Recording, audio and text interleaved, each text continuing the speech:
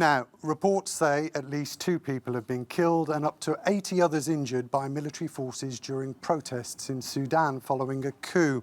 Military forces under the leadership of General Abdel Fattah Burhan arrested the acting Prime Minister and took control of state TV and radio. Sudan has had joint military and civilian rule since 2019 following the overthrow of long-term authoritarian President Omar al-Bashir.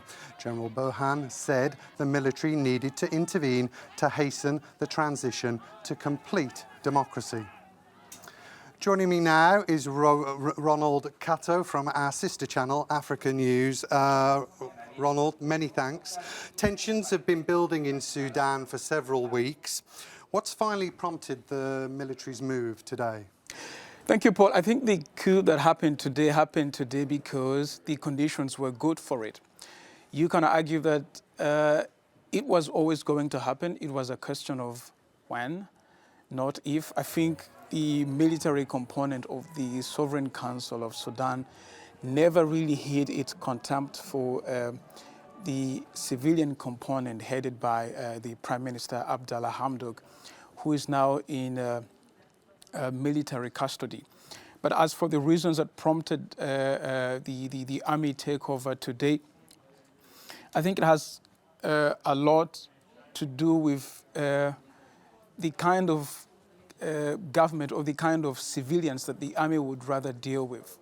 The army wants civilians that it can control. It wants civilians that can submit to the military. And I think Prime Minister Abdallah Hamdok had made it clear that he was never going to submit to the wishes of the military, and that made it very difficult in the sense of the military, to continue working with him. Sudan's made great strides in the last 2 years in normalising relations with the international community, with the West, since President Omar al-Bashir was toppled. Does this coup threaten all that good work? I think yes and no. First, it depends on how the West reacts to the events in Sudan.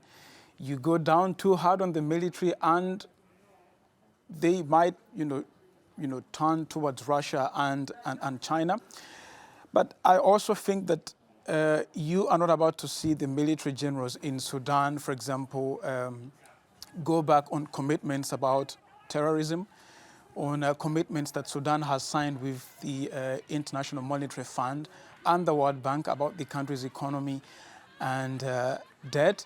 But you can expect the military to drag its feet or refuse to act on things like the transfer of former ruler Omar al-Bashir to the ICC, something that the West is really passionate about.